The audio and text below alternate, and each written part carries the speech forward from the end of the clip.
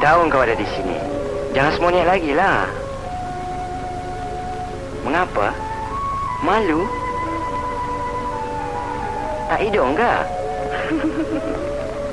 Siapa kau? Saya? Iyalah awak. Saya? Lebih baik tak usah tahu siapa saya. Di mana kau ni? Aku di sini. Aku tak nampak kau. Tak usah lihat saya lah. Siapa kau? Bilanglah. Tak usah tahulah. Tunjuklah. Saya ingin nak lihat. Sudahlah, tak usah lihat. Nanti tak suka. Takkanlah saya tak suka. Tunjuklah. Kejap saja. Lebih baik jangan lihat saya.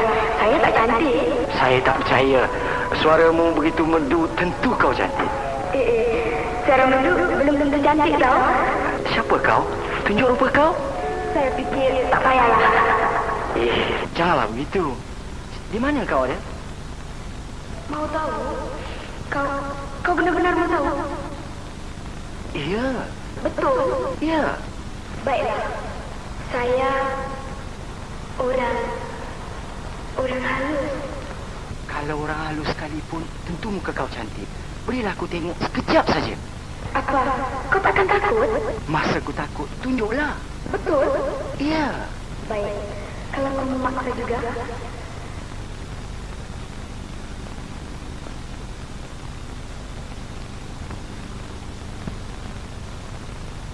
Kau tak menakutkan aku.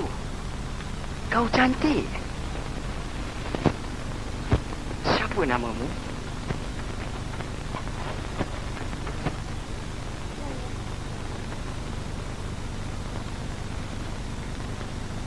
Hamidah. Sajak dengan parasmu. Saya Ibrahim.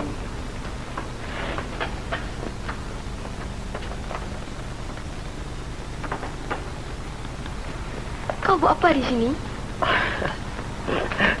Kau buat apa di sini? Saya orang halus. Tapi kan dulu tidak begitu kan? Iya. Dulunya saya seperti kau juga.